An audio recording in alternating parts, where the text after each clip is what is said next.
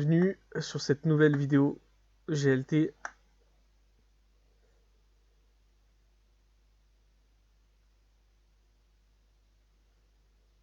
Alors petit point de marché du coup, donc j'ai le plaisir de vous retrouver dans ce point de marché. Le but c'est de préparer un peu la semaine, passer en revue le contexte macro, technique et mettre en place nos plans de trading. Alors 2020, le crack de la bourse, puisque effectivement là on vient de traverser des semaines records à la baisse. On a une panique qui s'est généralisée tant sur les marchés que sur les supermarchés. Donc on vient de faire un point un petit peu sur la situation, les perspectives. Et pour bien comprendre ce point de marché, je vous recommande, je vous incite très fortement à aller voir le précédent point de marché sur le coronavirus, où on traitait justement un petit peu déjà de la situation. Ça vous permettra de vraiment comprendre notre positionnement, la logique de cette vidéo, la logique dans laquelle on intervient. Donc si vous n'avez pas vu le précédent point de marché, vraiment allez le voir. Alors quelle légitimité? Puisque effectivement, nombreux sont ceux qui se prononcent sur cette crise, là, les permabères, qui annoncent un crack depuis 10 ans, c'est-à-dire ça fait 10 ans qu'ils sont à l'envers. Bon, ils sont tous invités sur les plateaux télé, ils nous expliquent pourquoi ils ont raison depuis le départ, pourquoi la crise est durable, pourquoi le système va s'effondrer, etc., etc. C'est la norme, chaque fois que les marchés baissent un peu fort, on a droit à toute cette ribambelle de clowns pendant 2-3 mois sur les plateaux. Mais s'il est vrai qu'il y a des raisons de s'inquiéter, qu'il y a des problèmes sous-jacents sur les marchés, faut pas pour autant tomber dans la psychose. Faut pas non plus se mettre à croire aveuglément tous ces spécialistes qui avaient soi-disant anticipé la chute, mais la réalité c'est que 99% d'entre eux, la baisse à laquelle on a assisté, elle est pas liée à des raisons qu'ils avaient anticipées et ils se plantent en fait depuis des années où ils misent sur des baisses qui n'arrivent pas et comme ces mecs ne spéculent pas, ils peuvent continuer. Quoiqu'encore, il y a 2-3 spécialistes qui passent sur des plateaux qui ont cramé plusieurs fonds d'investissement. Mais voilà, c'est des gars qui ne sont là que pour délivrer des conseils, que pour faire de l'audimat, que pour faire peur, et surtout pas pour trader et se positionner sur les marchés. Bon, mais alors justement, au milieu de tous ces spécialistes de la peur, de la fin du monde, quelle peut être la légitimité de GLT à se prononcer dans ce genre de scénario? Le fait est que notre approche, elle est avant tout fondamentale, globale, donc on fait quand même de l'analyse technique, mais depuis ces dernières années, on a su anticiper justement avec justesse, avec précision, les grands mouvements de marché, qu'ils soient à la hausse ou à la baisse. On était là sur les deux gros mouvements baissiers de 2018, sur la hausse de fin 2018, début 2019, sur la baisse liée au coronavirus également. Et vous pourrez le découvrir dans notre ancien canal Telegram ou dans la vidéo qui est sur nos tunnels de vente, etc. On a quand même un background et une bonne petite légitimité. Alors, un objectif anticipé des années à l'avance, petite dédicace, petit clin d'œil à Mika. C'est un plan qui date de 2018 où on avait un avis très très baissier sur les marchés financiers. Et on a purgé jusqu'à l'objectif qui avait été marqué dans la zone des 10 500 9000 points sur le DAX. Donc ça a été fait. Et on a changé notre fusil d'épaule à ce moment-là. Donc c'est pour ça que je ne considère pas ce plan comme une analyse réussie, anticipée, puisque en fait on l'a déjà fait. C'est-à-dire que là, en 2020, on est revenu sur ces niveaux de marché, on est revenu chatouiller cette zone des 9000. Mais pour nous, on l'avait déjà fait à ce moment-là, et c'est vrai qu'à cet instant-là, on est reparti sur un biais plutôt haussier pour suivre notre plan, parce que ça semblait être la réalité des marchés. Mais voilà, on a su anticiper correctement la reprise. Reprise de fin d'année, on avait donné le call en direct dans le canal, en expliquant pourquoi on pensait que c'était maintenant qu'il fallait repasser plutôt acheteur. Et on voit que c'est une approche qui nous a permis d'obtenir, de rentrer sur certains points bas, quitte à par moment un tout petit peu s'y reprendre. Pardon. Voilà, on arrivait quand même à choper des points bas, à travailler sur des beaux écarts.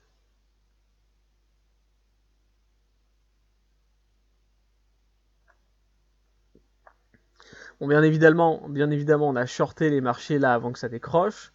Après, on va pas se mentir, on est sorti malheureusement par là, puisqu'on avait notre take profit, on s'attendait pas à une baisse aussi forte. Pour l'instant, on avait là, d'un point de vue technique, on pouvait voir tracer un espèce de petit biseau d'élargissement comme ça. Donc tant qu'on n'en sortait pas, le scénario c'était qu'on allait évoluer comme ça. Et malheureusement on avait un TP par ici, et du coup on a été sorti au moment du gap, tout simplement. On s'est fait sortir, et du coup, c'est vrai que malheureusement sur ces trades qui avaient une très très belle entrée, on n'a pas pu faire comme ce qu'on fait d'habitude, c'est-à-dire rider tout un mouvement. Alors bon, maintenant que les bases sont là, on va pouvoir discuter un peu plus sérieusement. Alors, crise, crack ou rebond. Donc, une fois de plus, très important d'aller voir le précédent point de marché pour bien comprendre la dimension de cette vidéo. Alors, donc on a les marchés qui décrochent avec une vigueur historique. Bon, tout le monde parle que de ça, même les médias, donc vous devez être au courant. Pourtant, nous, on conserve notre position qui est la même que dans le précédent point de marché, c'est-à-dire savoir que là, on est vraiment sur une réaction exagérée. Alors, faut pas sous-estimer le coronavirus, loin de là, faut pas le sous-estimer, mais faut pas non plus tomber dans la psychose. Après, la virologie, c'est pas notre domaine de compétence. Aussi, nous préférons ne pas émettre, d'avis particuliers concernant le coronavirus. Mais il y a cependant quelques éléments qu'on peut dégager ou retenir, c'est que c'est pas Ebola, c'est pas la peste, c'est pas la variole. La réaction des marchés, elle est exagérée du fait que le problème a été sous-estimé dès le départ. On a eu un gros laxisme de certains États. Mais il y a d'autres causes, d'autres effets qui expliquent ce qui s'est passé sur les marchés. Par exemple, personne en face, pourquoi est-ce qu'on n'a pas généré de signal d'achat sur cette période? Parce que tous les gérants étaient investis à 100% depuis le début de la chute. C'est-à-dire que les allocations, elles étaient là, elles étaient faites, donc il n'y avait pas de matelas, ce qui se traduit très simplement par personne pour se mettre en face, personne pour enrayer la chute, personne pour insuffler une petite pression acheteuse. L'intervention des banques centrales, elle n'a pas eu trop d'impact, et ce sans surprise, puisque c'est pas une crise économique ou financière pour l'instant. Donc agiter le levier des taux ou de l'injection, de faire du quantitative easing, etc., c'est pas ce qui va changer la donne et la psychologie du marché. Pour une fois, justement, c'est l'économie réelle qui est touchée, qui est à la base de tout, et pas juste l'économie ou la finance qui dérègle le reste. Alors, il y en a pas mal qui fustigent Christine Lagarde pour son intervention jugée trop faible, pas adaptée, etc. De notre avis, il n'en est rien, au contraire. Il faut saluer le fait de ne pas avoir encore procédé à un rate cut, ne pas encore avoir tiré sur les taux, parce que ça n'aurait consisté qu'à tirer les dernières cartouches qu'on a en l'air, dans le vent, pour au final ne pas atteindre la cible. La réponse, elle se doit d'être étatique, d'être nationale pour avoir justement un réel impact. C'est pas la BCE qui, à elle seule, peut enrayer ce mouvement, cette dynamique de marché. Alors justement, que peut-on retenir, que peut-on penser de l'intervention des banques centrales? Bon, comme on a pu le voir en direct sur les marchés, on ne peut pas dire que l'intervention des BCE fut spécialement convaincante pour les investisseurs. Et c'est normal, puisque le problème, il est sanitaire, il n'est pas monétaire. Donc les marchés se moquent totalement des interventions des banques centrales. C'est d'ailleurs un cas typique de quand la psychologie de marché est trop mauvaise, on a déjà eu le cas sur les précédentes crises, quand la psychologie de marché est trop mauvaise, que l'ambiance générale est trop morose, les intervenants ne font pas attention à l'intervention des banques centrales, parce que ça c'est pas suffisant tant la psychologie est mauvaise. Mais du coup, dans cette condition, les banques centrales, elles peuvent faire ce qu'elles veulent, elles peuvent dire ce qu'elles veulent. On est sur un autre paradigme, on est sur des gens qui ne sortent plus, des gens qui ne consomment plus, donc on peut injecter autant qu'on veut sur les marchés. Bientôt, on va demander à la BCE d'intervenir quand ton cousin a une petite carie. Voilà, la BCE, c'est pas un druide, c'est pas un mage, elle peut pas lancer des sorts un peu partout et tout corriger. Pour nous, on reste vraiment sur le scénario de départ, très très grosse exagération des marchés. Mais comme toutes les exagérations, faut savoir y voir une opportunité quand elle se présente. Et là, notamment pour du long terme, quand je dis du long terme, c'est horizon 2, 3, 5 ans, on est sur des très bons cours, sur des très bons niveaux de prix.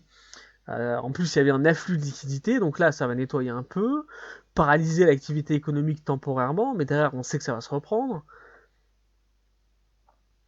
Donc voilà, rien de bien fou. Si on résume l'intervention de l'UCB, donc l'European Central Bank, la Banque Centrale Européenne, donc on a les TLTRO, le level 3 qui va faire de juin 2020 à juin 21, on va rajouter 120 milliards.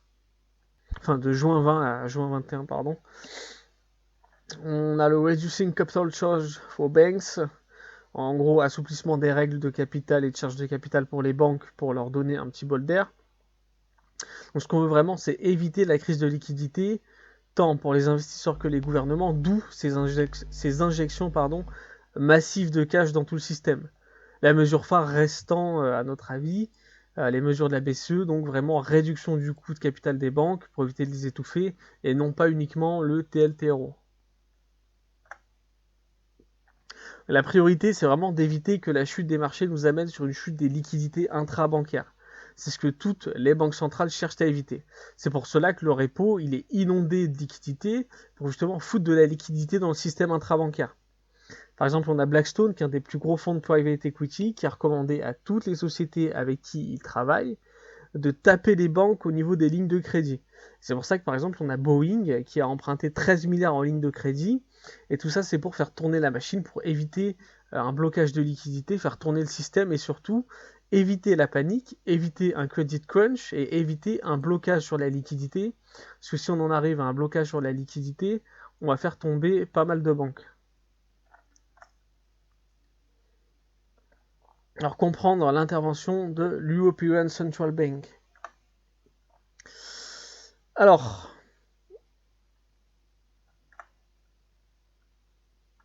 ok, attendez. Voilà, il y a un petit bug dans le PowerPoint. Donc, intervention des BC en synthèse. Donc, premier cas, on a pas mal fait sur la baisse de taux. Bon, faut savoir que, enfin, c'est ce dont on a pas mal parlé. L'efficacité de la baisse de taux, elle aurait été vraiment marginale, puisqu'on a déjà des taux de dépôt qui sont négatifs, on est à moins 0,5%. Après, on a l'injection de 120 milliards, donc 120 millions supplémentaires sur les marchés pour soulager les banques, qui là, bon, c'est pas dégueulasse, mais ça reste qu'une réponse monétaire. Et comme là, justement, on a un problème qui part de l'économie réelle, les marchés ont bien compris que la pertinence de ces 120 milliards serait assez faible. Mais voilà, bon, vraiment tout le monde, j'en ai vu plein s'insurger, râler que la BCE ne baisse pas son taux. Moi, comme je l'ai dit, je trouve qu'elle a bien fait. À la place, elle va plutôt allouer cette enveloppe de 120 milliards pour justement encourager les banques, les inciter à soutenir les PME, faire du rachat de dettes publiques, rachat de dettes privées sur les marchés. Et le fait que la BCE touche pas au taux d'intérêt, contrairement à la Fed ou à la Banque d'Angleterre par contre, ça nous rappelle qu'avec un taux de dépôt qui est déjà à moins 0,50%, la BCE, elle dispose d'une marge de manœuvre qui est nettement inférieure à celle des autres banques centrales. Bon, après, on a quand même des mesures qui vont au-delà des 120 billions, puisque la BCE, elle assouplit les exigences demandées aux banques en termes de fonds propres notamment, ce qui va leur permettre d'opérer avec une proportion de fonds propres qui va être inférieure aux minimaux qui étaient jusqu'ici prévus un petit peu en sécurité. Et c'est justement pour ça que la BCE agit comme ça, c'est parce qu'elle considère que, on va dire, les matelas, les coussins de fonds propres qu'on avait demandé justement aux établissements de crédit et aux banques, on leur avait demandé de se doter de ces matelas-là, bah, ils ont justement été prévus pour absorber des situations de stress intenses comme celles qu'on traverse actuellement. Et donc maintenant, l'idée c'est que faut justement permettre à toutes ces institutions d'utiliser ces coussins, d'utiliser ces capitaux excédentaires. Et en face, on a quand même une contrepartie puisque la BCE a demandé assez explicitement aux banques de ne pas augmenter leurs dividendes ni la rémunération qui peut être variable de leurs dirigeants. Tout ça, c'est des mesures qui visent à amener un soulagement important sur les capitaux des banques qui du coup vont devoir s'en servir exclusivement pour soutenir l'économie.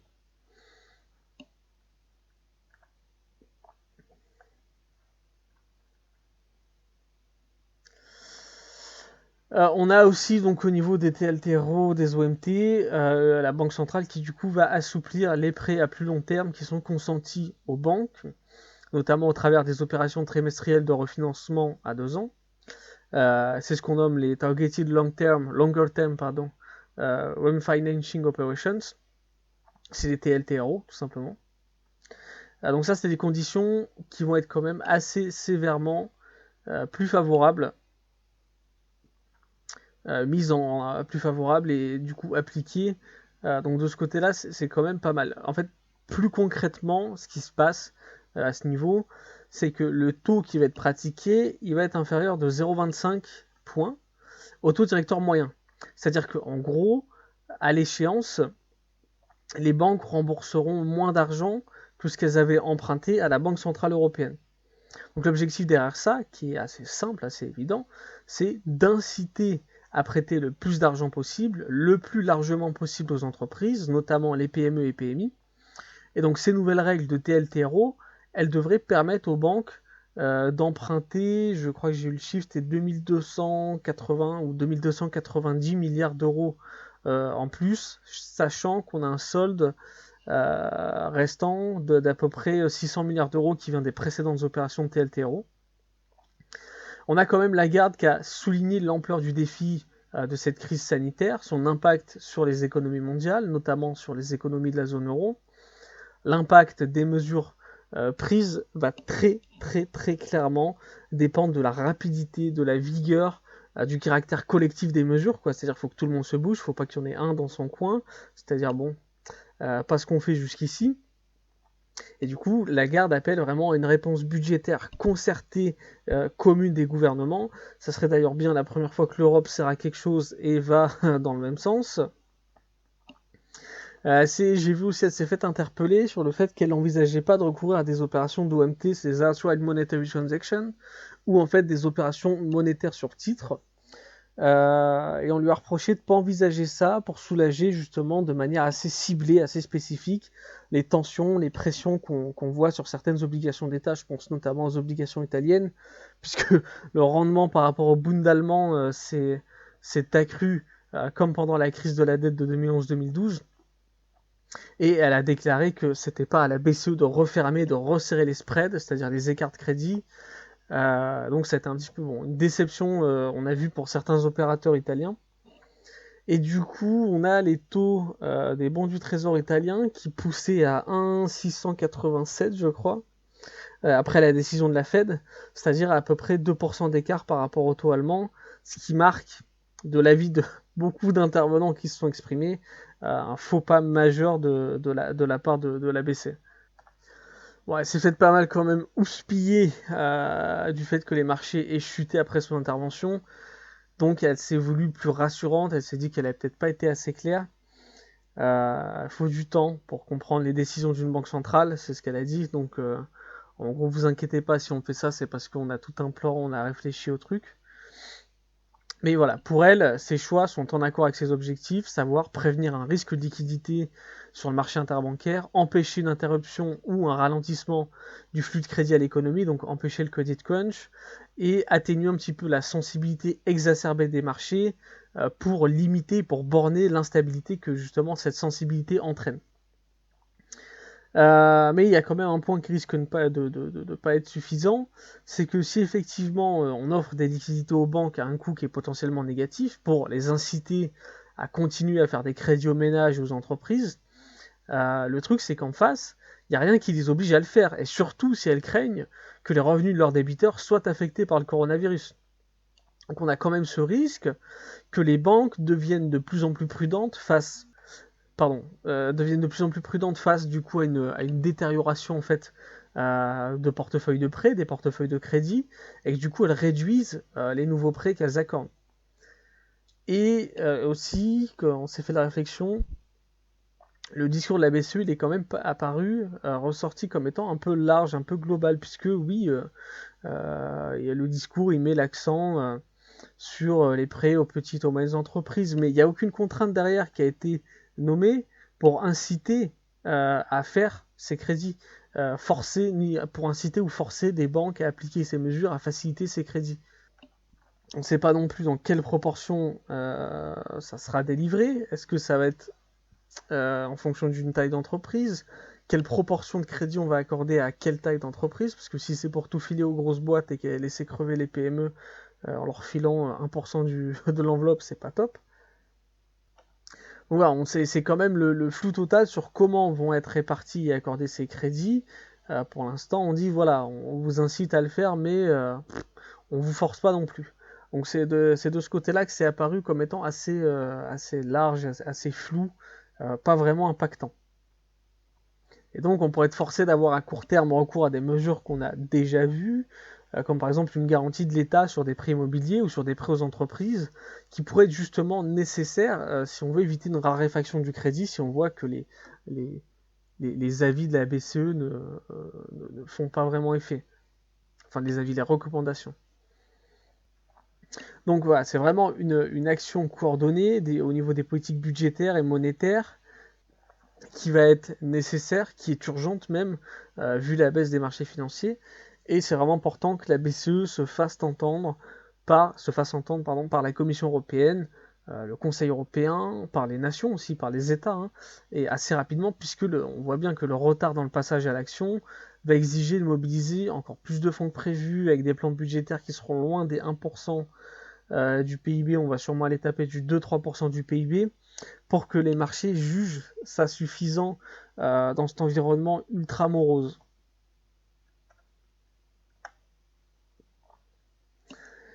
Et c'est, à mon sens, en partie pourquoi les mesures annoncées en l'état par la BCE n'ont pas du tout apaisé les marchés, puisque les marchés attendaient quelque chose de vachement plus fort, vachement plus impactant, je pense.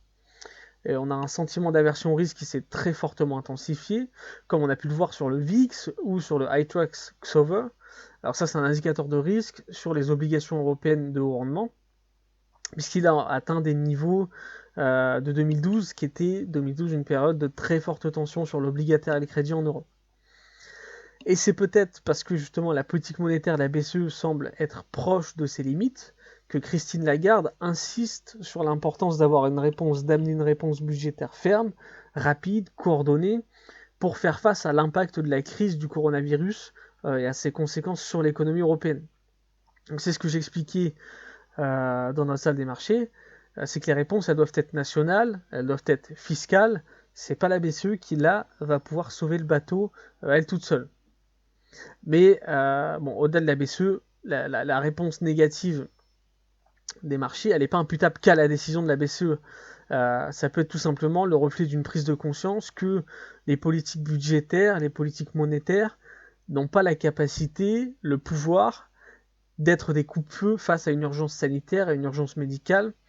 Et c'est peut-être même un peu tout l'enjeu de cette période, comprendre que c'est pas comme les années précédentes, c'est pas une baisse qu'on peut effacer en injectant du fric, c'est vraiment l'économie réelle qu'on doit soutenir. Et injecter des milliards à droite à gauche, c'est bien sympa, mais il sera nettement plus, à mon avis, intelligent à très très court terme, à très bref délai, d'injecter de l'argent dans les hôpitaux, dans les services de santé, vu qu'on n'est qu'au début de la pandémie, il y a beaucoup de services de santé qui sont d'ores et déjà au bord de la rupture. Voilà, il va falloir injecter aussi pour soutenir directement les boîtes, mais ça on va le voir, c'est au programme. Alors depuis un petit peu cette intervention critiquée, la BCE a fait savoir qu'en cas de besoin, elle saura répondre, elle sera présente, elle interviendra largement, globalement, massivement aux besoins. Donc on a vu un petit rebond vendredi, et j'aurais tendance à mettre les éléments suivants derrière. La nouvelle intervention de la BCE pour faire comprendre qu'elle sera là est plus présente que ce que sa première allocution a pu laisser comprendre. La prise de conscience de nombreux États européens qui mesurent enfin la chose et mettent des mesures sérieuses en place, et surtout un tas de mesures de cet acabit dans l'Europe. Donc de cet acabit de ce style, on a vu les articles se multiplier.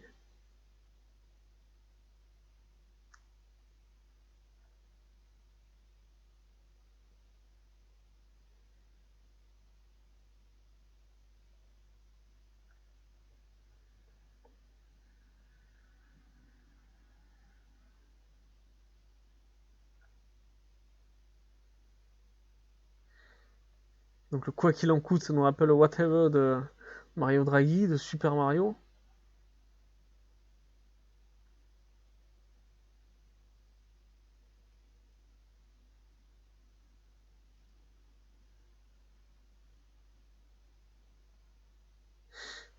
C'est un point important quand même, puisque Olaf Scholz a indiqué qu'il n'y aurait pas de limite aux fonds disponibles et que l'Allemagne pourrait devoir s'endetter davantage pour financer ses dépenses.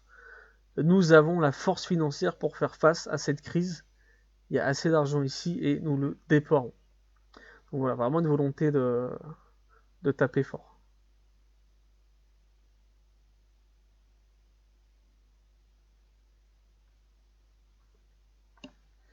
Donc tous les messages de ce style se multiplient en Europe, puisque les gouvernements montent au créneau, affirment leur volonté d'intervenir et de le faire, et de faire le nécessaire pour traverser toute cette période de crise. Donc on retrouve vraiment des airs de whatever it takes, qui nous rappellent vraiment la période Draghi.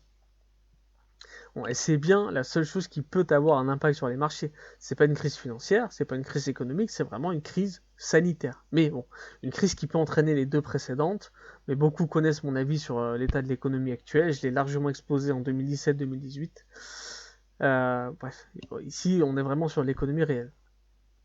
Ce qui se passe, c'est exactement ce qui est expliqué dans la précédente vidéo, c'est le pricing d'une récession mondiale. C'est-à-dire on price, on anticipe dans les prix, ce que sera le marché à X mois. C'est-à-dire qu'en gros, le prix à l'instant T reflète la vision du marché qu'ont les investisseurs sur une période de par exemple 6 mois. Donc là, quand en 3 semaines on se casse autant la figure, c'est parce que c'est à peu près le prix qu'attribuent les investisseurs au marché sur les 6 prochains mois. Mais il y a une erreur à ne pas faire quand même, parce qu'à mon sens, le corona, il n'est pas aussi violent que ce que veulent faire croire les médias, les réseaux sociaux, qui installent pour le coup vraiment une psychose. Ça, je l'ai dit pareil dans la salle des marchés, c'était mon petit reproche adressé aux médias, c'est que toute l'année, ils nous sortent des articles de merde, des ragots, tellement ils ont rien à dire pour faire du clic, pour faire du fric. Ils nous sortent des trucs débiles, genre découvrez comment cet homme élève des escargots dans son jardin, que des articles à la con. Et alors là, qu'il y a moyen de surfer sur la psychose des gens, de faire gratter du papier, là, des articles et sur la crise, et sur le décrochage des marchés, et sur la crise sanitaire du corona, là ça y va. Bref. Mais en revanche, quand même, voilà, c'est pas parce que le virus, c'est pas Ebola ou la peste qu'il faut sous-estimer l'impact qu'il va avoir sur l'économie. Il a un impact qui va être vraiment réel sur l'économie. C'est pas certain qu'on puisse éviter une récession mondiale. En tout cas, pour l'instant, c'est ce que le marché price anticipe, c'est qu'on n'y échappera pas. Et ça risque d'être particulièrement douloureux en Europe. L'Allemagne, elle s'en sortira pas trop, sans trop de casse. Moi, je m'inquiète pas trop pour eux. Mais en tout cas, en face, France, Espagne, Italie, on est mort. Pire que c'est que la France continue de faire son petit toutou derrière l'Allemagne, même s'ils prennent des décisions unilatérales, ça c'est... Bref. Mais voilà, toutes ces économies-là, France, Espagne, Italie, ça va être des économies qui vont avoir du mal à se reprendre et on va avoir des faillites très nombreuses.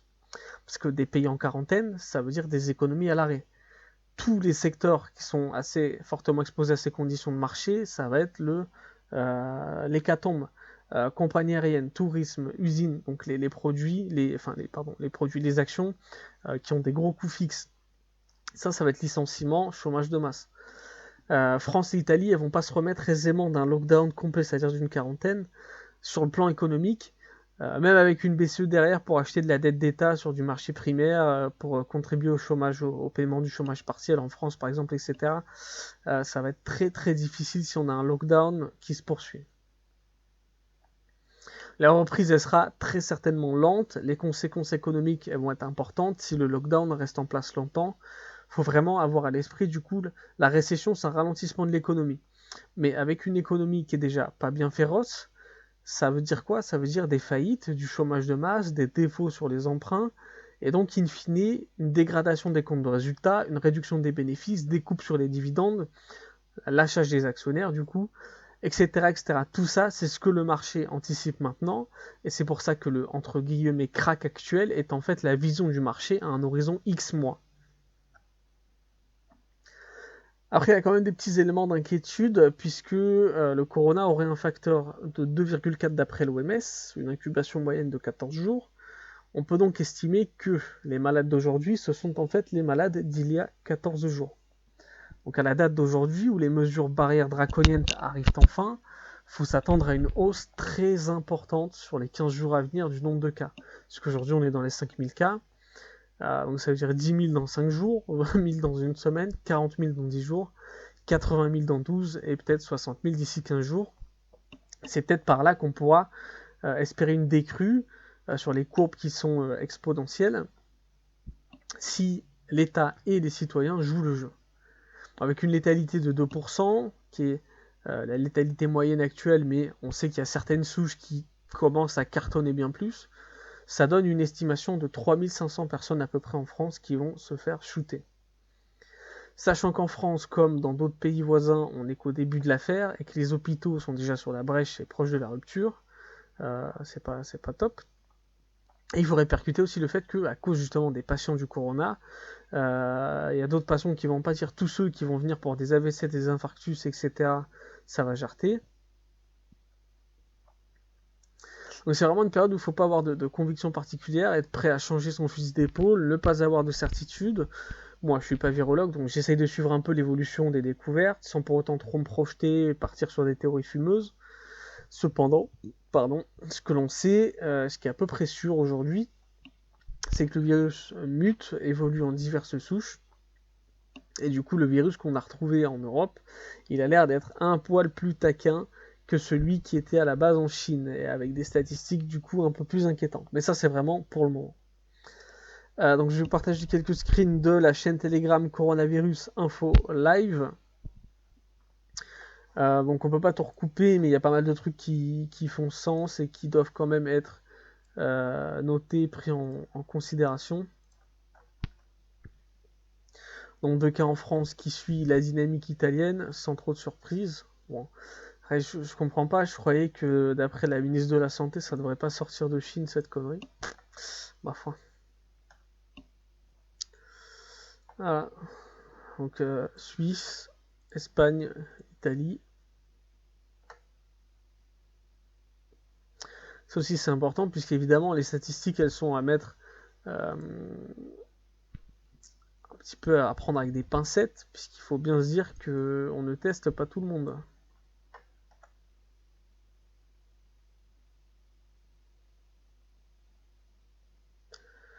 Donc pareil, réseau hospitalier, voilà, déjà au bord de la rupture, bon ça c'est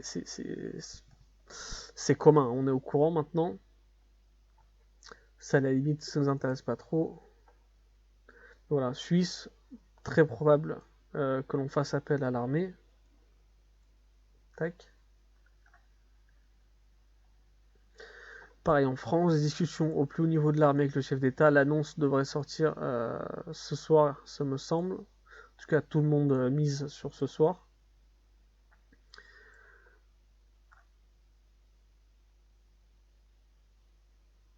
Et le problème majeur auquel je voulais en venir avec vous, c'est d'avoir un système de santé sur lequel on a tapé depuis des années. Donc ça, c'est en discussion pour l'instant, mais c'est très probable qu'on aboutisse à quelque chose comme ça parce qu'on n'aura pas le choix.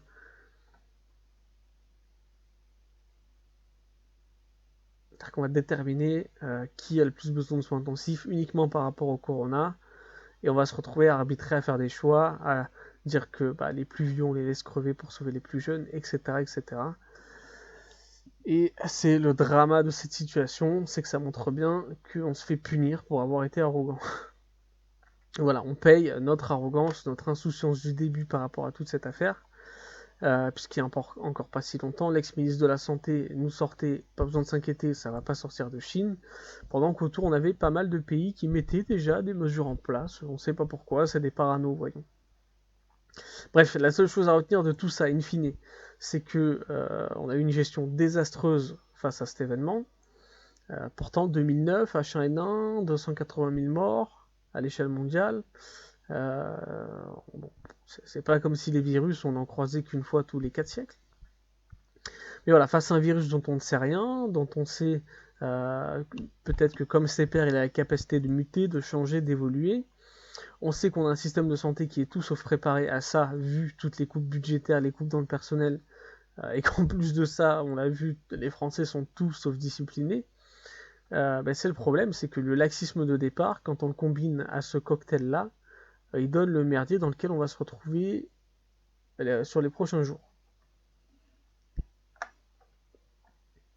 Alors du bon dans le pire, encore une fois, comme dans notre vidéo précédente, ça peut permettre d'amener du positif à long terme et notamment de se questionner sur notre modèle, notre système économique, notre fiscalité pour faire quelque chose de plus favorable aux PME, stimuler l'entrepreneuriat, réimplanter des boîtes en Europe et pas tout délocaliser uniquement dans une logique de coût, foutre ça en Chine ou je ne sais où.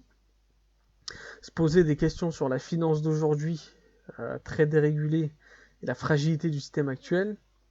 se poser des questions sur notre système de santé et in fine amener une prise de conscience générale, puisque le mouvement des Gilets jaunes s'étant un peu essoufflé, perdu en appui, ça va peut-être permettre de ramener des gens, pas forcément vers les Gilets jaunes, mais vers un deuxième mouvement, une deuxième vague sociale qui va dire, bon, votre finance à la con, on en a marre, votre système de santé, on en a marre, on comprend pas pourquoi on paye toujours plus d'impôts pour de moins en moins de services d'État et voilà des systèmes de santé qui se dégradent. Donc ça peut amener vers ça. Alors maintenant, notre avis sur les marchés. Je vais pas encore vous tartiner, rassurez-vous, 15 pages de macro. Donc l'avis reste le même. On a un très gros overpricing et une très grosse exagération des marchés. Alors j'en ai eu pas mal qui pensaient que du coup acheter des actions de supermarché c'était une bonne idée. Alors non, pas du tout. Puisqu'actuellement on va avoir des gens qui surstockent. Donc ça va booster, oui, les résultats à court terme, mais de l'autre côté ça va pénaliser les résultats à long terme parce que du coup pendant une période X, les gens ils vont pas faire de courses.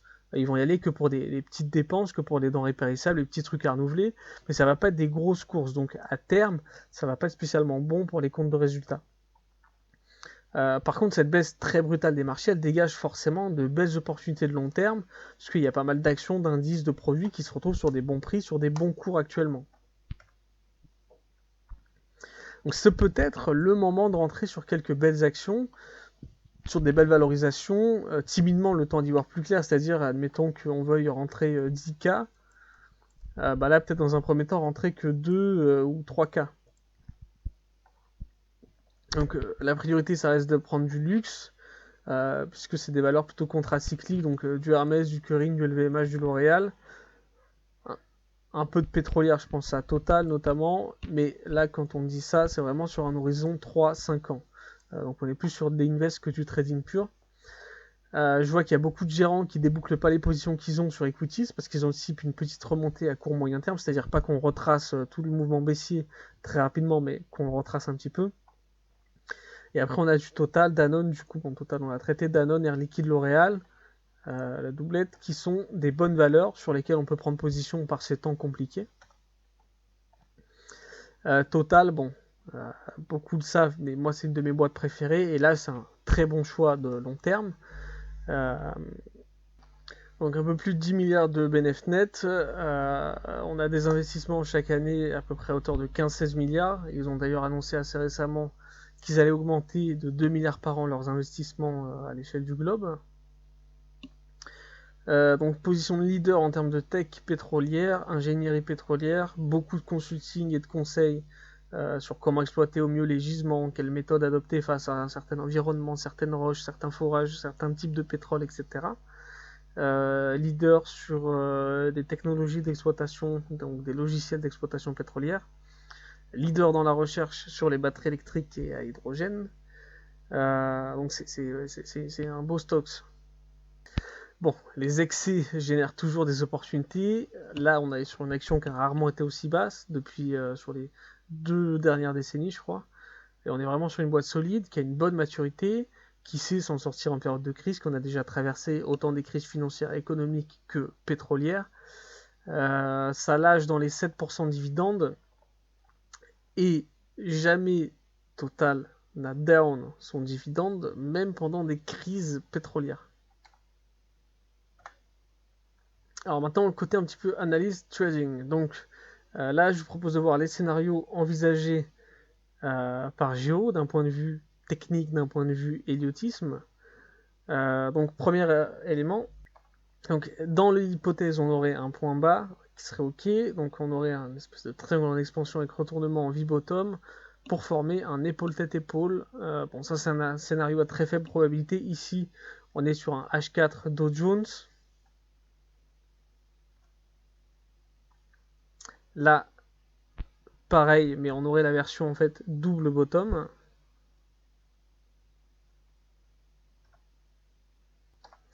Ici, le scénario donc le plus probable, c'est que le point bas n'est pas fait. Il reste une jambe baissière au minimum sur les zones de reprise mensuelle avant d'attaquer éventuellement une reprise haussière. Donc ça, c'est d'un point de vue vraiment héliotiste. Maintenant, je vous propose de passer à la partie analyse GLT. Alors, est-ce un rebond avant une nouvelle baisse? Nous, c'est ce qu'on avait annoncé, anticipé, un rebond de 4-5% pour vendredi, c'est ce qui a eu lieu avant une nouvelle baisse de 8-9%. Donc le potentiel baissier semble être assez limité avec les mesures qui se mettent en place, le fait qu'on ait déjà largement pricé ce qui pouvait advenir. On arrive sur des pourcentages de baisse qui sont plutôt favorables à des rebonds, à ce que le marché peut pricer également au maximum en anticipant les réductions au niveau des bénéfices et des dividendes. Donc je propose de passer à la partie graphique. Donc nous voici sur le CAC 40. Donc on voit qu'on arrive sur des niveaux intéressants puisque ça nous plonge, du coup le cas est le même sur le DAX. Hein. On arrive vraiment sur une zone de support importante dans laquelle on a eu pour l'instant réaction. Donc d'un point de vue vraiment graphique, ça nous amène sur des zones de résistance qu'il faut considérer. D'accord ? Donc c'est pour ça qu'à la vue de ces zones, ça peut être intéressant de chercher très timidement à rentrer sur quelques actions en prévoyant que, comme nous on le fait depuis le départ, parce que je souhaitais revenir sur ça aussi, ça peut encore baisser. C'est ça vraiment qu'il faut se dire.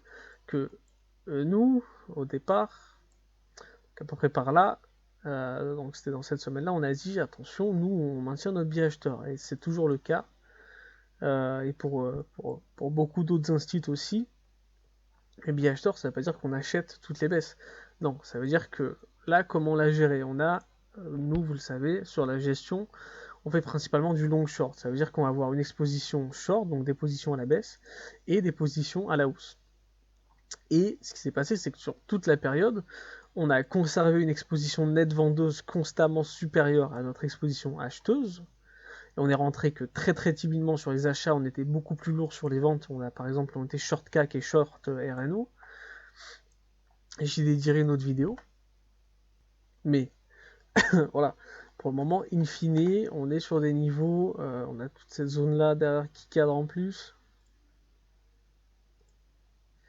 Là, on est vraiment sur une zone intéressante, sur une zone importante. C'est vrai que si cette zone casse, bon, derrière, ça va commencer à être quand même tant d'accent, ça va pas être, ça va pas être super. Mais pour l'instant, on est sur des niveaux intéressants pour mettre très timidement des premières petites lignes sur des actions qui ont des bons dividendes, qui ont une bonne solidité, une bonne maturité. Et nous, tout simplement, sur la gestion long short, en arrivant là ici sur ces zones, en voyant le rebond de vendredi, on a allégé un peu l'expo net vendeuse, mais on conserve quand même une expo net acheteuse très très inférieure à l'expo net vendeuse. C'est l'expo net vendeuse qui nous fait gagner de l'argent à court terme, et les expositions acheteuses qu'on prend, c'est pour vraiment du long terme, des plusieurs années. On sait que ça va être minimum 6 mois et très logiquement 2-3 ans. Donc là, on n'est pas au rebond, c'est beaucoup trop tôt pour le dire. On reste sous tous ces gaps qui sont autant de potentielles zones de rejet. Et voilà, l'idée pour l'instant, le scénario le plus probable, on verra bien évidemment tout ce que je dis maintenant peut être invalidé dès lundi à l'ouverture. Le scénario le plus probable, c'est que pour l'instant, on reste bloqué un petit peu par ici. Avec, tant qu'il n'y aura pas vraiment de nouvelles news sur le marché, il n'y a pas de chance de repasser au-dessus de ces niveaux ou de breaker ces niveaux à la baisse. Et donc, on va pas se mettre à reprendre des achats comme des fifous. On reste avec un biais plutôt baissier pour le moment parce qu'on n'en est pas sorti de cette situation. Économiquement, on n'en a pas encore les répercussions réelles, on les a anticipées. Tout ça, c'est l'anticipation de ce qui va nous arriver prochainement à cause de la crise. Mais voilà, pour l'instant, on reste prudent, on reste plutôt avec un biais vendeur. Et les achats, ça se fait vraiment pas pour gagner sur l'achat, mais sur, du moins pas à court terme, mais sur des années, minimum des mois, et très logiquement des années. Prendre essentiellement des valeurs solides, des valeurs qui vont lâcher du dividende ou de la prime. Sur le S&P, on a clôturé en daily comme ça, donc avec une belle petite poussée, mais ça ne présage de rien de particulier, d'accord. Ce que je tenais quand même un petit peu à noter, c'est que pour l'instant sur le S&P, et moi c'est mon signal pour commencer à m'inquiéter très sérieusement, On n'a pas cassé les niveaux de fin 2018. Nous, c'est là qu'on avait racheté d'ailleurs, hein, si vous vous souvenez. Et pour l'instant, on a même réussi à reclôturer au-dessus de cette zone-là. Donc pareil, pas impossible que pour l'instant, on se contente de travailler dans ces eaux-là en attendant d'y voir plus clair, et qu'il y ait une dégradation ou une amélioration potentielle de la situation, sachant que là, la priorité va être à la psychologie de marché. Et pareil, pour tous ceux qui nous saoulent avec un bear market, quand on regarde, il me semble que c'était...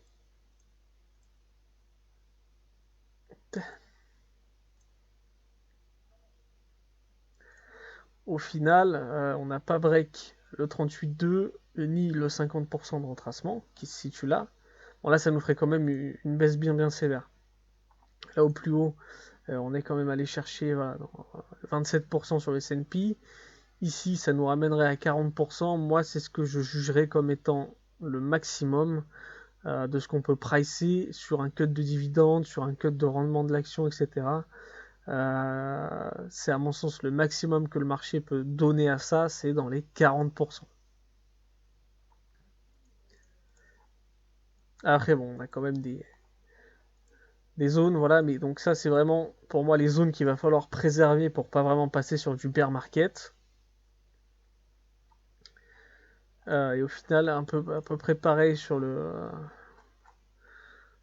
CAC, où le CAC, pour le coup, on est déjà sous les bas de 2018, mais c'est normal, c'est les marchés européens, ça baisse plus fort. Par contre, il faut que nous, de notre côté, on préserve cette zone-ci. Voilà, pour un point de vue technique très simple, je vais revenir sur ces trades-là de toute façon dans d'autres vidéos. Voilà, n'hésitez pas à mettre un commentaire si la vidéo vous a plu, etc. Et je vous souhaite de très bons trades et une bonne semaine.